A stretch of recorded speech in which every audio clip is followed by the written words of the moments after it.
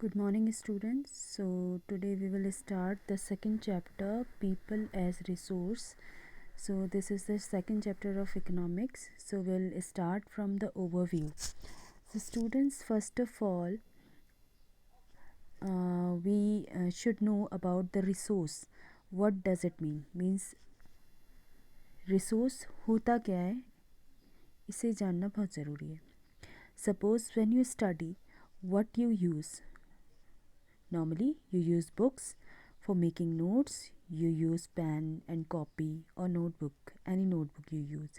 In this case, whatever you use, like pen, book, paper, are resources. So the materials,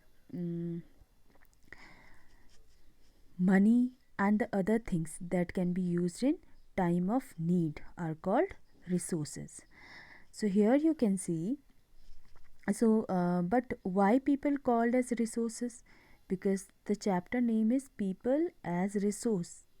क्यों यहाँ पे people को resource कहा गया?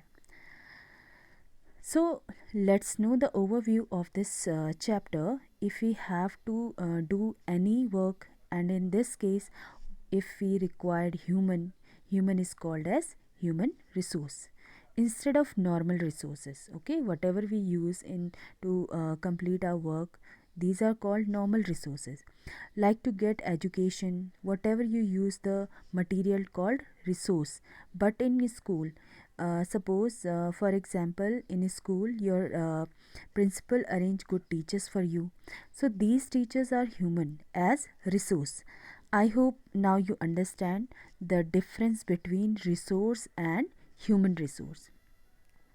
Okay, now next is human capital. For example, suppose for study you use book, but the book is useful for you when you get good or correct information. Similarly, if a principal wants to provide you good education, he will hire a well qualified teacher for you.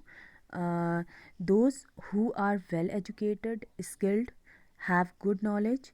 So in this case, teacher only not called human resource, they call as human capital. So through this example, you can understand when we have to change human capital into human resource. In this case, it requires good knowledge, skills and training. One more thing, we cannot say every human resource is human capital, but every human capital can be called human resource.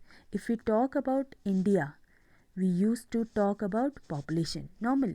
Okay कि जब भी हम India के बारे में बात करते हैं तो हम उसकी पॉपुलेशन के बारे में ज़रूर बात करते हैं. We always focus on negative sides, कि हमेशा हम ये बात करते हैं कि पॉपुलेशन क्या है, बहुत ज़्यादा हाई है.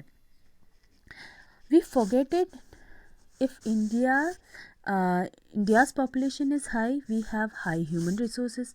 Obviously अगर population ज़्यादा है तो human resources भी हमारे पास बहुत ज़्यादा है.